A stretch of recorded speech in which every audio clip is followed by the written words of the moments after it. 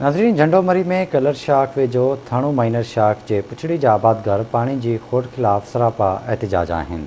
उन मौके ते आबादगारन आवाज़ टीवी जे रिपोर्टर रज़ा अली मीरजत सां कहिड़ा वीचार बणिया आहिनि, अचो त ॾिसो। पानी हिते त न हुजण जे बराबरि आहे। अगरि हिते पानी अचे थो त उहो मनपसंद माण्हुनि लाइ पानी ईंदो आहे, बाक़ी ॿिए कंहिं ग़रीब लाइ हिते पानी न ईंदो आहे। 2008 खां वठी हीअ तक़रीबन 12-13 साल थी विया आहिनि।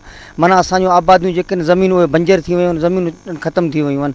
जॾहिं पाणी न रहंदो ज़मीन किथां आबाद थींदो। ऐं सालानो 6 महीने असीं हिनजो ढल बि ॾींदा आहियूं, आबियानियूं बि ॾींदा आहियूं, हर शइ माना गवर्नमेंट जे माना खाते में असां ॾींदा आहियूं, पर पाणी असांखे 12-13 साल पाणी असांखे न पियो मिले। इरिगेशन जे AC साहब खे बि दरख़्वास्त ॾिनी आहे, हाई कोर्ट में बि असांजी केस हले पियो। तंहिं हूंदे बि 15 साल थिया आहिनि असां वटि पाणी जे नाले सां मतिलबु त का मनपसंद माण्हुनि खे कनेक्शन ॾिना वञनि पिया। छा कजे, असां ग़रीबनि जो केरु ॿुधण लाइ तयारु कोन्हे को। हाणे महीने जो मसइलो हुयो त पाणी कोन्हे पुॼे थो। कची शाख थी त बि कोन, पकी थी आहे त बि कोन्हे। जे पुॼण वारा आहिनि त पाणी पलटाए बि था छॾीनि, जे नथो ॾियनि त असांखे पाणी पीअण लाइ बि कोन्हे।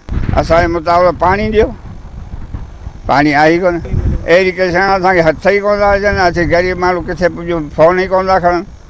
इहे जेके इरिगेशन वारा ऑफिसर आहिनि उहे पंहिंजे मनपसंद माण्हुनि खे त पूरो करे ॾियनि था, बाक़ी जेके पैसा नथा ॾियनि ऐं हुननि सां तावन नथा कनि त वरी उनखे पाणी बि कोन थो मिले। ऐं वरी जेकॾहिं फ्रेम लॻाइनि था सफ़ा सन्ही पटी लॻाइनि था, उन ते पाणी अचे ई कोन थो।